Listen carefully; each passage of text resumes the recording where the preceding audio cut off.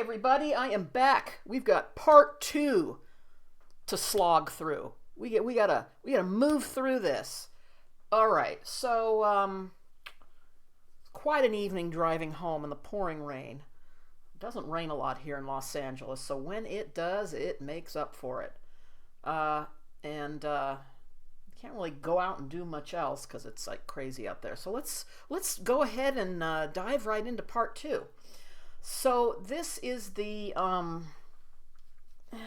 interview of Daisy talking about, she is laying out her plans. All right, so listen up. And this is her plans for the relationship moving forward, which, as we know, is already dissolved. And things really get wild, kids, because she's going to go into explaining how she's going to have a child, or many of them, I don't know. And how they're going to be cared for. Okay, so I've said in part 1 that there's videos of her that are kind of funny, wacky a little bit. She's definitely very entertaining, and some get a little disturbing. I'm going to have to say the second part of this interview goes into a dark, chasm of her mind that, it's a touch alarming in some ways. I don't know, again, whether she's just full of shit, yanking everybody's chain, trying to piss her mom off, or whether she really believes it. See, we'll never know. See, we're always in that limbo, right? That's what keeps us, chasing the bait. All right, so here we are. I think I got something that's going to work a little better than last time. The picture should not be choppy. So, okay, I left off where we were slow pan down the black and white picture, and she's saying something incoherent about children and old people, and if you have too much contrast between two people, it gets annoying. Did you know that? I thought opposites attracted. According to Paul Abdul. All right, let's continue along, and we're really going to try very hard to understand this. We're going to break a lot of brains here tonight with this. Here we go. And then the little ones go with ones that are a little bit bigger, because then otherwise, if there's too much contrast, we annoy each other. So that's why you need a tribe. And he agrees. So when we get pregnant, good Lord. Everyone will have their own parenting contract, including me. All right, so we like 10 seconds in, and already it's like a WTF, the one of thousands of upcoming WTF moments. A parenting contract, okay?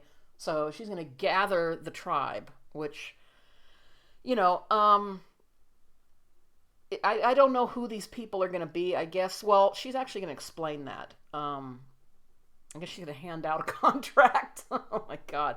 Like an insurance company or something, or, you're going to sign on a ban. Here's your contract. Except it's to raise my child with me. Where does she think people are going to get the extra money and time? And, well, I'm going to refrain, because there's going to be plenty of time to ask questions. And I won't have a higher say than anyone else. Now, why would that be? You're the mother. So I guess she's got this idea that a whole bunch of people are going to raise a child. But when we don't live like that anymore. Everybody today, the way we live is we're all living separately in homes or apartments or wherever. And we all take care of our little, part of things. Here's your rent. Here's the money for electricity. Here's my food money, and I got enough to go for another couple weeks, and I get a paycheck. She wants, on top of that, everybody's got to throw in, for a child that they did not ask for. And somehow this is all going to work. She was living out in the with the Inuit tribe out in the snow. It may be more of a communal thing, but still, if you have the kid, it's your kid. All right, let's move on. And the child will be the one that leads. What the hell does that mean? The child will be the one that leads. So you're going to have a 2-year-old, which is in the middle of the brain development part of the program where tantrums and screaming ensue when they don't get their way. But the child's going to lead. What is she going to be doing, I wonder, during all this? When the tribe is sitting around waiting for the kid to tell them what they want. What? So when the child can't speak for themselves, everyone will say what they believe speaks for the child and what they believe speaks for their own needs until the child can speak for their own needs. And the parenting contracts can be edited at any time. Oh, well, at least it's a non-binding contract. Okay. Maybe I'm on board with this after all. You always want a doorway out. And my website guy, who's going to be one of the parents, and Mary, obviously. All right, that is genius. This does make me chuckle. It brings a smile to my face because I think of Anthony. Remember Anthony? That's the guy who was he was there over a year ago, when she and John were planning their call to love, which fell flat on its face. But boy, he was really going to help them out, build a website and everything. And then he came back.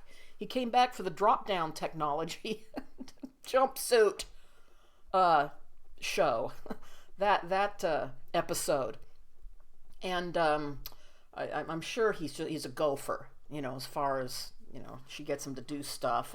But is he like, he's going to be one of the parents under contract, guardians, a free babysitter, I guess? Does he have time for that in his life? I don't know if he's married. I envision him as like a single guy, goes back to his 1-bedroom apartment, works on stuff for women, that he never gets paid. Where in the heck would he fit a child that is not his into his life, and then have to pay? What if you need to buy diapers and food and everything? Is she gonna pass the kid around to everybody? And Mary, apparently, now this is interesting. She thinks Mary is going to sign a parenting contract. I don't know if that's going to happen. I believe when they were in the car together a couple episodes ago, and she was mentioning, having the child or the multiple kids and everything. I think Mary was sort of a little bit maybe trying to tell her maybe that's not a good idea. That's what I thought I heard. And, Daisy's like, shut up. Don't tell me about that. I had a concussion. I don't want to listen to I don't need any negative energy. Basically, shut up and don't contradict me. Don't talk any common sense into me. I don't want to hear your opinion. You shut up and drive. So I don't know. This is going to come to pass. I'm going to ask. And well, she'll ask her. The website is going to help me draw up parenting contracts. Okay, listen, folks. If Anthony is going to draw up, not only is he going to take part in raising, children that were created from fertility drugs, with the dad is probably going to be long gone. He's going to sit there on his computer, while you're doing the free drop-down technology website stuff for me, why don't you draw up this parenting contract and go drive this bag of stuff down to my sons and bother them, and, just setting all of her little flying monkeys, giving them tasks. Go steal the rat trap boxes for me at 2 a.m. And, she's really getting her little army out there to do stuff for her. But yeah, man, I'd pay a few dollars to watch Anthony write up something like that. Parenting contract. Again, her ideas there's something very dehumanizing about them.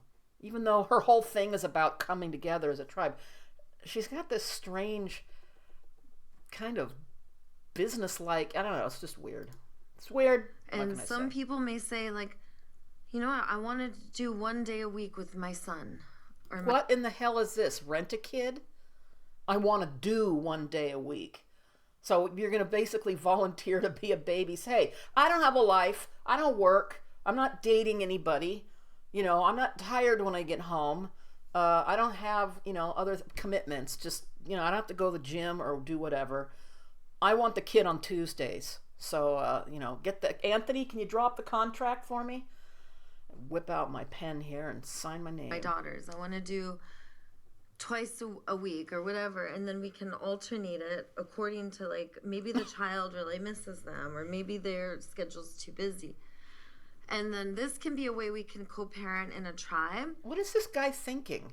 He's got these ridiculous antennas here. I mean, I'm guessing she did this. I mentioned this in the last, these idiot little pigtail antennas. He's sitting there what is he thinking? As she's laying out this complete dumbass, probably illegal. You know, who wants to live like this? And then we're out of the court systems. You think you are. This is the kind of thing that would land you right back in the court system. What is this? Because everyone always has an understood contract. So if there ever is any dispute, then the tribe comes together to talk about it. So Can you imagine that? Just picture like, oh yeah, you know, how many people? 6, 7 people. When I think of a tribe, and they're all going to meet. Hey, let's meet down there at the Venice, the coffee shop in Venice. Let's sit down and talk about, what days you want her children that she had out of wedlock and while she was in a homeless shelter. I think Thursdays will work better for me. I don't have anything. I don't have a life, so I could probably take them maybe 2-3 days a week. Vision even further is my caseworker's already taking me to Parent Partners to talk with Rico. And Parent Partners is kind of like Alcoholics Anonymous replaced the courts and the social workers and the asylums for drunkards. And Parent Partners are trying to do the same. They're trying to... Okay, she jumped around a little bit because when I heard her say that, I actually went and checked what that was. And that really doesn't have anything to do with creating a contract with your tribe. That is to help reunite, get back with children, like if there's issues like with her. But her kid's the daughter's been adopted out. She's legally adopted. The child belongs to another couple now. So, let's see what she has to say. Let's move on. Ultimately, I want to get to my kids. I miss my children. Get to them. And making the decision to become a mother again, because I'm already a mother, it will not only bring me new children, but it will bring me my other children. Okay, explain how this is going to bring children you already lost back to you. Bring more kids. What are you talking about? I mean, look what happened with your first set of kids. God, I mean, it just, I really, this has got to be like the first time he's ever, like, the first time I've ever heard of a plan like this. Is he thinking about like his next trip? Where's he going to go? Maybe he'll, go to New York or something. What? I will be a mother. Like, it's going to be awesome. This sounds very complicated. It is complicated. With your he-hive, how does Lorenzo know that the children the he-hive, the he-hive has already agreed. Those are all fathers. Oh, come on. She's got a whole bunch of single guys, probably on tight incomes, I'm going to guess. A lot of them ain't making a lot of money. And they're like, oh, yeah, I'd love to co-parent the babies that you're going to have with this guy out of wedlock. And, maybe after my karate class down there, Santa Monica, my yoga class, I can take them. What single man is going to agree to something like that? Or anybody? Yeah. And Lorenzo gets along very well with... So biologically, any of the he-hive could be the father? I'm only intimate with one other male in the he-hive because 2 of my members of the he-hive... Is there anything else she talks about? It's like every video. We have to sit and listen to the arrangement of men, who they are, how they rank. The ones that are like out, the new ones that come in. I mean, this is like every time. I mean, I could not have a friend who would like come over every night and then have to sit there, for like 2-3 hours because they never get tired of talking about themselves. I mean, that energy level just maintains, I told them that one was Big Ben and he doesn't get along with the he-hive. So he had to go. And then the good man, the wholesome monogamous guy who had a nice apartment to offer her and tried to get up at 2 a.m. Well, that was another problem. That guy didn't get up at 2 a.m. He was a slouch. A lot of problems with Big Ben. Source and Source. Oh, we saw Source. Source was sitting quietly in her little dojo apartment. He didn't have a lot to say, but I guess he's still out there. He was unable to give consistent, frequent time. Okay, and he's going to help raise kids? Yeah. So we're taking a break. I'm not really seeing him right now. I don't know that that's what he asked. Interesting lifestyle. Does Lorenzo have his own little hive of women? Not for now. I mean, I'm just new to the area, just 1 month, so Yeah, just you're Italian, huh? I just chilled around. I'll give you a couple weeks. Yeah, it takes time. But I'm just enjoying, the beach and playing my music and yeah. So you're a musician? Yeah. What kind of music do you play? I play the blues. I play since I was 8. I play different instruments, guitar, harmonica, and yeah, and I like it. And here is the right place to play. I mean, many people likes the music I play here, and there are many musicians playing the blues here. So Have you been to Harvell's? it's nice. Where? Have you been to Harvell's? No. There's a little blues club on 4th Street Okay. in Santa Monica. Right, very close to where you guys are living, I think. Okay. Yeah, we're at 2nd and Santa Monica. And they play live music there, right? Okay. Yeah. Yeah, I should go, bro. Yeah. Yeah. So some of the dynamics that you might be Yeah, so she's like, let's get back to what I was talking about. But you see, Lorenzo perked up there. You know, he snapped out of the stupor and, became human again and was enjoying a little chit chat there. But now, we got to yank the steering wheel away from him and get back to the main. Then is like when we bring in new partners. So one of the things that we agree is like, if he has a new partner, then any monogamous woman is going to be repelled from our situation. So, right? Because she's going to get jealous.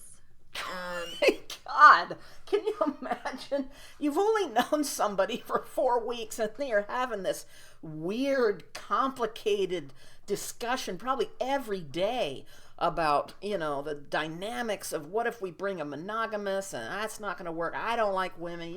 He's got to have everybody that has got to like him. I mean, it's just, geez, like sapping the fun right out of life, man.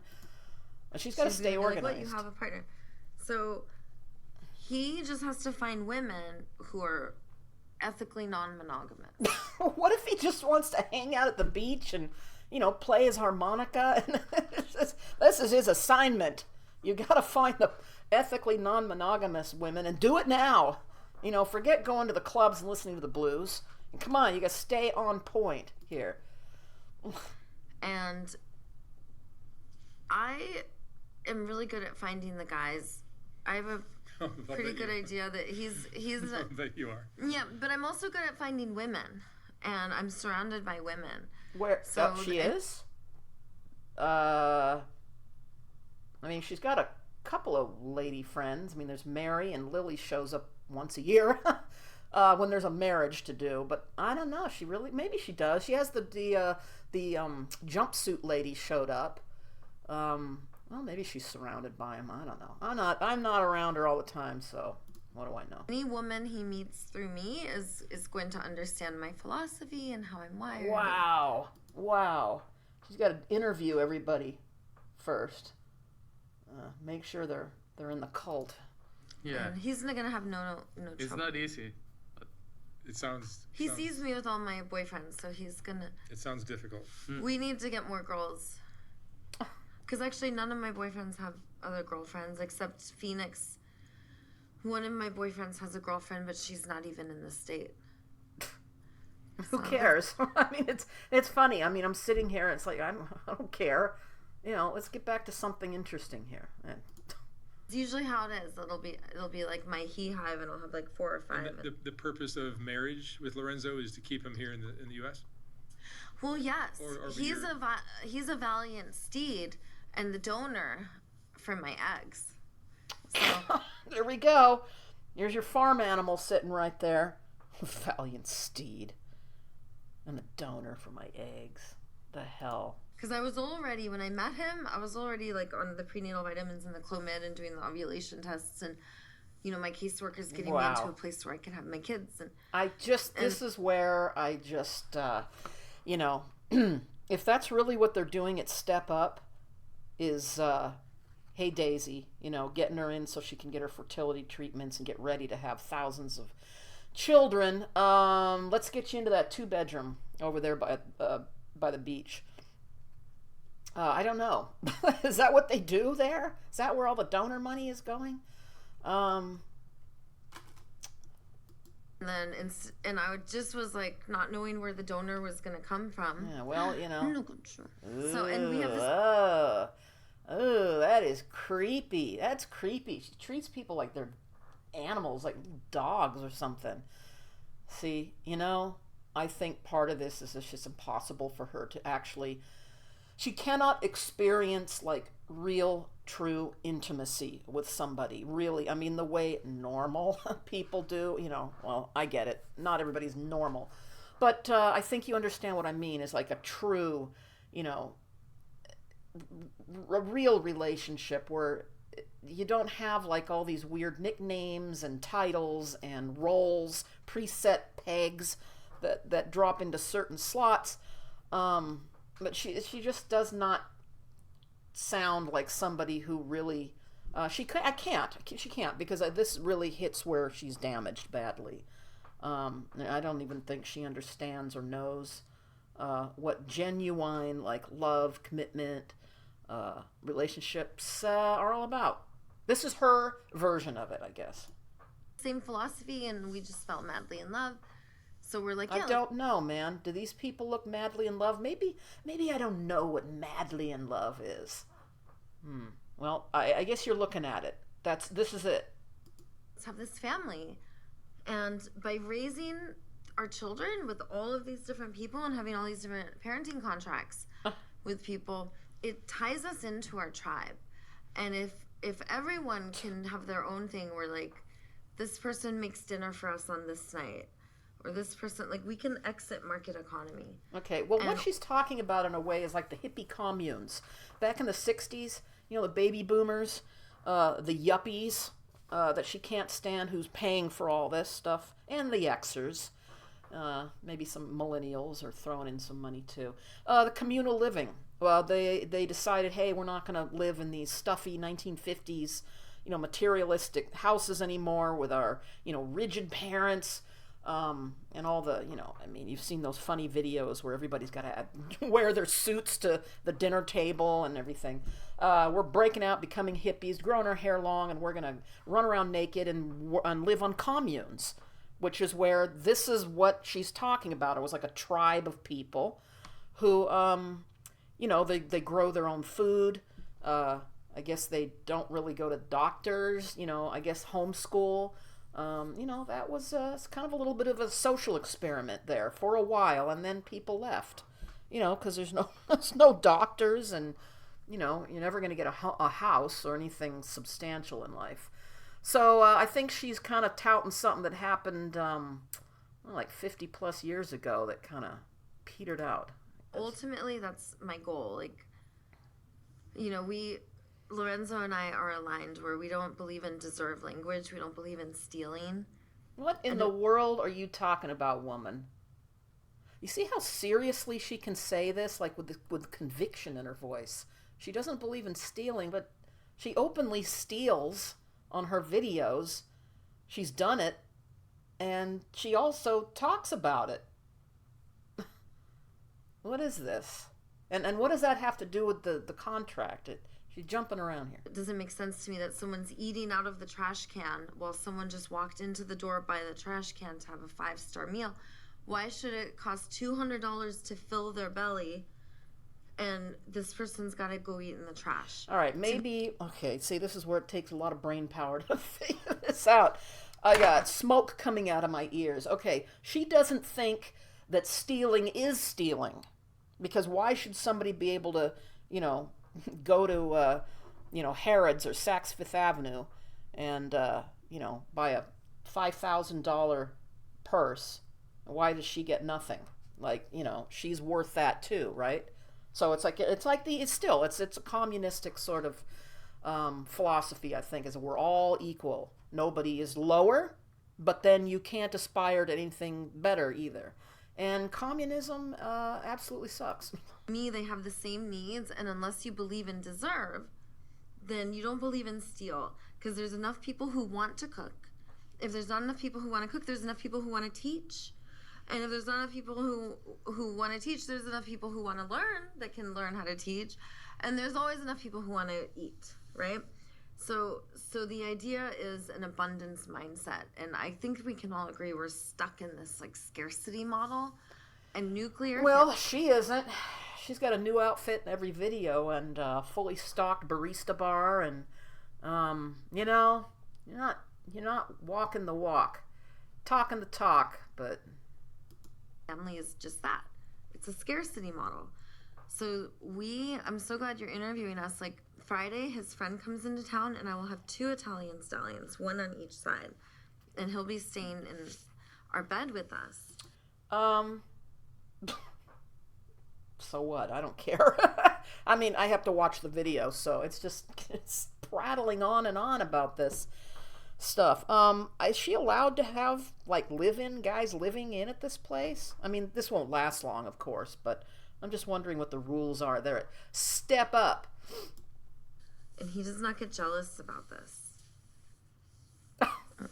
No. Look at his face. There's something. Look at this tension in here. Yeah, I don't know. I think he's probably got something to say about this, but he keeping his mouth shut. You people. Oh, brother. Yeah, you're cool, man. You're cool. And this, so you'll be living. It's a 1-bedroom, small apartment. Tiny studio. Yeah. And it doesn't have a full kitchen, but Better than my that. tribe, we have access to gorgeous kitchens, and we do cook. He kept saying like, "I'm gonna cook for you. You're gonna make a pasta. It's gonna be so good." Nobody works, right? He doesn't. I will not Nobody let him works. work. I will I not make sure work. his needs Look get at this. met. Oh, is that look what? I don't work. Look at that, stroking his face like a little dog. And I go to the neighborhoods where the yuppies are, because I told him, I was like, look, watch downtown Santa Monica. There's like 20 security guards in the store. I asked the guy, I was like, how many? See, she's And I go, jumping "Hey." around here. They don't work. She's not going to work. She's going to downtown Santa Monica. We got 20 security guards. Okay, I hope this like wraps up. This ties the loose Look, ends get tied up. $200 a day times 20. How much is that? Like, what if you guys all were feeding people out front? No one would steal. People would be less violent, because when people are fed. This doesn't really. His question was, so neither of you work, and she's going off talking about security guards shouldn't be guarding stores. They should be cooking food. You know, like at the Mission, the LA downtown Mission. What is this? And when people experience generosity, not only are they less violent, they become more kind and generous themselves. I was like, and you guys all love it, and they're all nodding. I was like, yeah. I was like, you should talk to him about it. And because if you look at the security guards, it's always the minorities, you know? So they don't like it. They agree with what I say. So we went to the Vaughn. Yeah. Do they? Or they just do that to shut you up and get you out of there? And I'm like, come on, we got to go where the yuppies are, the rich people. And I showed him. I was like, look at the street. No security. You go where the projects are, where I live, there's security everywhere. Projects. You wait right. It's 2nd Street in Santa Monica where she is not the projects by any means. It's a tourist area there, right by the pier. What are you talking about, man? Because if they see him, if they look at me, it's like, fuck yeah, where's my Ferrari? Like, they just assume I'm rich or married to a super rich guy. Like, he's clearly a... Don't look at her and think, oh, she's got to be married to a super rich guy. That's not what I'm seeing here. I don't know about you. A rock star, pro skater, but something happens like when I go in with him. When I'm alone, I'm invisible. So I just go get whatever we need. Okay, so she steals it. That's what she's saying. Earlier it was like she doesn't steal, but now she's getting what they need. Lorenzo, what do you think of? He has to be protected. What do you think of California? Of California, Los Angeles. Like what? Like living here? Like the women. You like the women, apparently. Yeah, of course. Yeah, beautiful women. You're marrying one now. Actually, it's more easy to speak with an American woman than an Italian one. I mean, it's. I don't know. I like the Italian women. Yeah. Oh, yeah. Have you ever hung out with an Italian woman? No, but I remember one of the most beautiful women I ever have seen in my life was in Yeah, yeah. Really? We love Milan. Italians. Like? Tell me. In When? Milan. In Milan? Just Tall, what- lean, beautifully dressed, just unbelievable. yeah. I'll never forget it. Milan is the That was capital. maybe 30 years ago. It's the capital of fashion, and it's a lot of beautiful women there. Mm-hmm. Yeah, sure. Actually, the most beautiful woman I've ever seen, I was in Paraguay. Paraguay.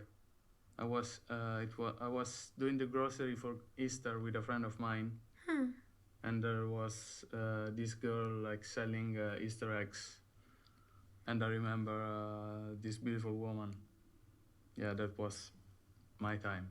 Yeah, that's what makes life great. It's just these serendipitous moments where just Yes. somebody will just. That is why we're meant to not get jealous. But in I have a Italy, healthy reaction when he gets affection and attention from women. That's what makes life fabulous. I don't know why. I don't believe that. I don't believe it. Sorry. I love handsome hunks. And I love gorgeous goddesses also. I want to absorb their superpowers. I want to see how they move and what they do so I could do it too. Relationships are complicated, aren't they? No, You don't want to. they're tie not them if down, you're but not also- attached. I'm sorry. They're not complicated if they're non-attached. They're only complicated if you're attached and enmeshed and codependent. But if you're completely non-attached, which means this person can be exactly as they are, and I'm here to empower and support them unconditionally and not try to make them the way that I want. You know, and the stuff that I don't like, I'm gonna find a way to collaborate so their needs get met and they get to do the thing that I don't like that annoys me and my needs get met. And if I need to put on headphones, if I need to self-soothe, if I need to give myself whatever I need to do, I'm just completely non-attached and I don't have problems. Wait, if you're not attached and none of this stuff bothers you, what do you need to put on headphones, give yourself empathy, self-soothe? I mean, obviously something is bothering her. I mean, you can be honest about it. You know, it's tough, you know, to be completely, you know, just let the person do whatever they want. If you have any sense of caring or loving or liking or whatever, you're going to want to know what the other person's doing. And she felt extremely left out when John, you know, had his other dominatrix. Very upsetting. They went off and did their hot yoga and she just blew up. Now, maybe this is something that she is learning to get better at. I don't know. But she is talks a lot about not getting jealous. I mean, it's talking excessively about it. It's making sure we know. My relationships because of this.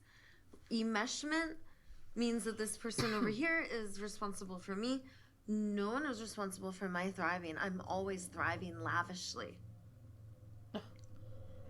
And that's why I have thousands of kings in my he-hive. I'm just accumulating them. And now that I have my primary, This they're is all like like- the big, you know, listening to this, this is like the biggest turnoff I could think of. I mean, what guy, look, there he is with his little antennas. His, what man is going to sit here? I mean, he's sitting here, I guess. It's him. He's the man. You know, it's like, this is just, doesn't make any sense. It's completely unappealing. I understand there are people who are in open relationships and, you know, they work it out. I know that it exists. She's not the only one. But there's just something about the way she's just commanding and, you know, based on behavior in the past. I don't see it all clicking together 100%. And it's like, wow, this just the way she sells it sounds like it's a turn off. I mean, remember the guys in front were like, I was like, talk to him. I was like, he's just like, make friends with him first. In your he-hive, everyone's having sex with everyone else? No. I only have one other partner, and all of the other... Currently, okay, an intimate partner. All of the other kings are in flirting stages. So when you're meeting needs with someone, like one of my kings, Phoenix, we've never been intimate. I've never even kissed him. We've done massage, and massage can be kind of sensual. We definitely have sexual tension. We've never ever hooked up. We meet a lot of needs together. He's an intellectual. You want to know why I never dated him? Do you want to know why? Tell me why, because I wasn't going to ask. Because I went through a period where I would only date giant, huge, level 10, enormous muscle hunks. They had to be like over 250 pounds, over 6'5". Okay. That was your thing. Because then I could dance on them. I could lay them down and they don't get hurt. You just dance all over. Venice Beach, there's a bunch of Flow those. strokes, yeah. Mm-hmm. Yes. Mm-hmm. You found a good one, Lorenzo. Yeah, Yeah. I can't wait to do another update, Mark. It was good. You know, I really value your time and I love your art. So it's truly an honor to come here. And you're gonna go do you're gonna get married today. Well, my friend Linja is going to officiate it, and I have to talk about logistics because his best friend comes on Friday. Logistics. So I figured like I would propose to him here, and then kind of like flash him around. And then we're gonna get rings for my friend Henry, and my friend Linja is gonna officiate our wedding. And today we'll go to the courthouse and get marriage license papers so that when we get married, the officiator can sign it. It's not so simple. I got married to the perfect prince, I remember. How many times have you been married, Daisy? This will be my second. The father of your children. Oh no, they were just hand selected, like. Wow. Wow. Look at how dismissive she was. Oh, waves it off. They were just hand selected. Hand selected is like how you would describe like hand selected beef, or whatever at the store. Wow, this is just, it's sickening, isn't it? I mean, hand selected. Oh, yeah, no, they were just, Oh, They were just, you weren't married. Donors, yeah. they were just donors.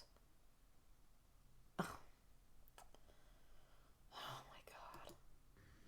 Uh-huh. Got it. Ugh. All right. Well, I'm Ugh. very happy for you guys. Ew.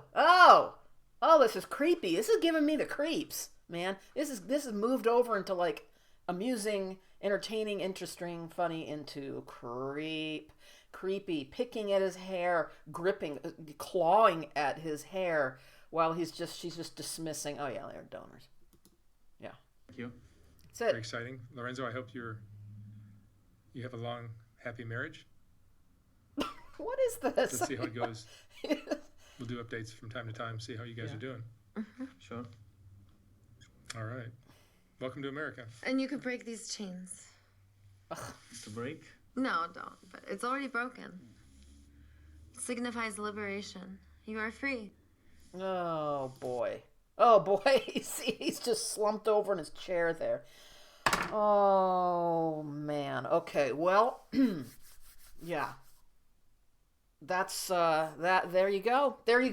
There's part 2 of the interview.